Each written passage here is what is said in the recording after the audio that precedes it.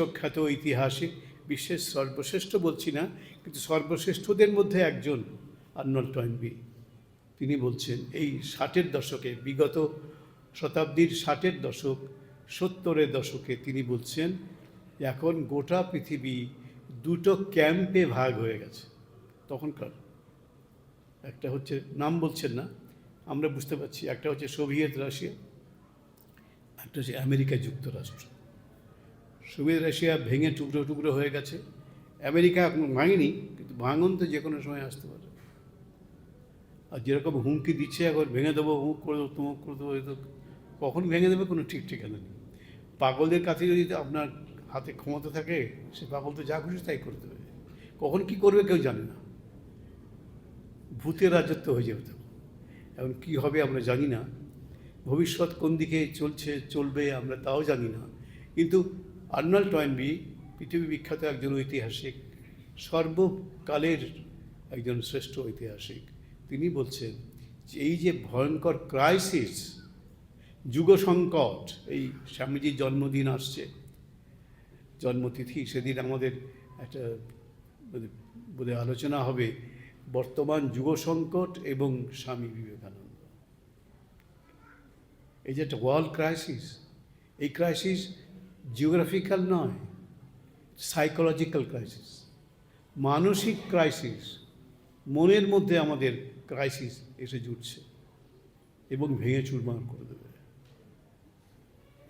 আমরা এখনো বুঝতে পারছি না, ভাবছি ও তো ওই দেশটা ভেঙেছে, আমার দেশ তো ঠিকই আছে। আরে ওই দেশটা ভেঙেছে আজকে, কাল যে তোমার দেশের ভেঙে টুকরো টুকরো হয়ে যাবে সব, সে তখন কী করবে তোমরা? এবং এইখানেই দরকার, যেটা আর্নল্ড টয়েনবি বলছে, এখন দরকার হচ্ছে সেই বেদের ঋষিদের বাণী। আমাদের বেলুড় মঠের দীক্ষিত ভক্ত নয় তো তিনি, ভারতেরও ভক্ত নয়, তিনি হচ্ছেন একজন বিখ্যাত ঐতিহাসিক, এবং ঐতিহাসিকরা মানেই আমরা আশা করি তারা নিরাসক্ত দৃষ্টি নিয়ে দেখবে, অবজেক্টিভ দৃষ্টি নিয়ে এই পৃথিবীকে, ইতিহাসকে, সমাজকে বিচার করবে।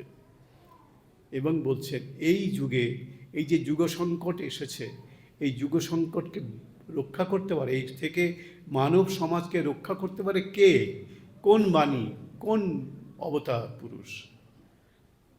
তো সেই আর্নল্ড টয়েনবি বলছেন প্রথমেই যার কথা মনে হচ্ছে বা যাদের কথা মনে হচ্ছে তারা হচ্ছেন বেদের ঋষি। কিন্তু আমাদের দীক্ষিত ভক্ত নন, বেলুড় মঠে দীক্ষা নেননি, ঢাকায় দীক্ষা নেননি। তিনি বলছেন বেদের ঋষিদের যে বার্তা, বেদের ঋষিদের কী বার্তা? তিনি বলছেন একং সৎ বিপ্রা বহুধা বদন্তি। সংস্কৃতে এটা বলা আছে, সংস্কৃত ভাষায় বেদের মধ্যে বলা হচ্ছে একং সৎ, সত্য এক, ঈশ্বর এক। যারা সেই সত্যকে বা ঈশ্বরকে উপলব্ধি করেছেন বা করে থাকেন, তারা তাদের মতো করে সেই সত্যকে, উপলব্ধ সত্যকে তারা ব্যাখ্যা করেন বা বর্ণনা করেন। এই কথাটার মধ্যে কি আছে? এর মধ্যে দুটো জিনিস আছে, একটা হচ্ছে দি মেসেজ অফ টলারেন্স, আর একটা হচ্ছে দি মেসেজ অফ অ্যাকসেপ্টেন্স।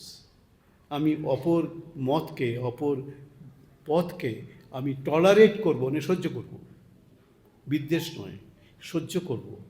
সহ্য করাটা ভালো, অসুবিধা হচ্ছে তবু সহ্য করছি, তবু একটু ত্যাগ স্বীকার আছে ওর মধ্যে। আর একটা হচ্ছে অ্যাকসেপ্টেন্স, আমার মত যেমন আমার কাছে সত্য, তেমনি ওই লোকটার মত তার কাছে সত্য। আমার কাছে যতখানি সত্য আমার মত, তার কাছে তার মতটাও ততখানি সত্য। এই বোধটা আমার আনতে হবে, আমার চিন্তায়, আমার চেতনার মধ্যে এই বোধটা, এই ভাবটা আনতে হবে। এটা ওইটার মধ্যে আছে, বেদের বাণীর মধ্যে। এর বেদ মানে মধ্যে 4টে বেদ আছে, তার মধ্যে প্রাচীনতম বেদ হচ্ছে ঋগ্বেদ। আজকাল জেনারেশন নামগুলো জানে কিনা জানি না, নাম হয়তো শুনে থাকতে পারে। ঋগ্বেদ, সেই ঋগ্বেদের বাণী হচ্ছে একং সৎ বিপ্রা বহুধা বদন্তি।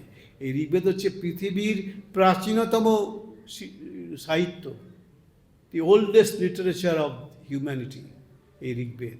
এর আগে কোনো সাহিত্য ছিল না, ঋগ্বেদ প্রথম সাহিত্য, পৃথিবীর সর্বকালের সর্বপ্রাচীন সাহিত্য।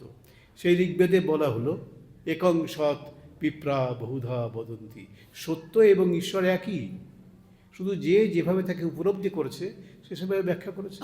আমরা পরবর্তীকালে দেখব এক ধর্মের মানুষ সেই সত্যকে একভাবে উপলব্ধি করেছে, আর এক ধর্মের মানুষ একই সত্যকে আরেকভাবে উপলব্ধি করেছে। যার যেরকম উপলব্ধির ধারণের ক্ষমতা সেরকম উপলব্ধি করেছে, তাতে তো সত্যটা আলাদা হয়ে যাবে না।